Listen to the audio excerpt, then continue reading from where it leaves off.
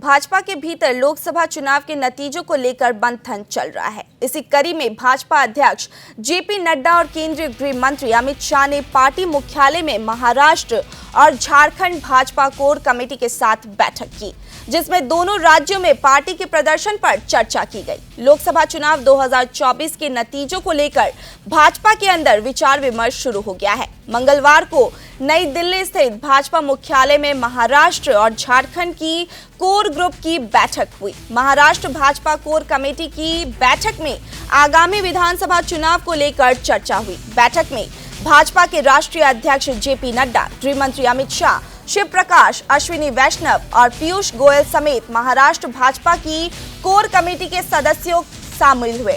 Bhajpa core committee की बैठक के बाद महाराष्ट्र के उप मुख्यमंत्री देवेंद्र फडणवीस ने कहा कि महाराष्ट्र कोर टीम की केंद्रीय नेतृत्व के साथ बैठक हुई। हमने महाराष्ट्र में लोकसभा चुनाव के नतीजों पर खास चर्चा की। उन्होंने कहा कि महायुति और एमवीए के बीच मतों का अंतर सिर्फ 0.3% है, इसलिए इस बार विस्तार से चर्चा की गई कि हमें कहां वोटों का नुकसान हुआ, हमें कहां समस्याओं का सामना करना पड़ा और सुधार के लिए क्या जरूरी कदम उठाए जा सकते हैं।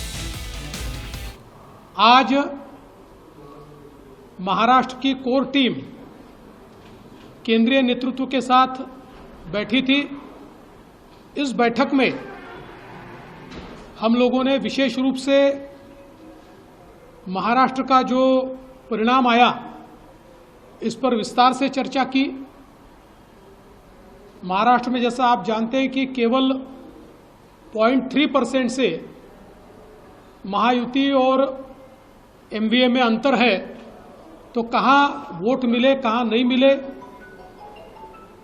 कहाँ परेशानी हुई, कौन सी करेक्टिव एक्शंस लेनी चाहिए, ये सारी बातों पर विस्तार से चर्चा हुई। उसके साथ साथ आगे में विधानसभा की रणनीति क्या होनी चाहिए, उसकी ब्लूप्रिंट पर एक हमने चर्चा की। अब जल्दी ही हमारे जो एनडीए पार्टनर्स हैं उनके साथ चर्चा करके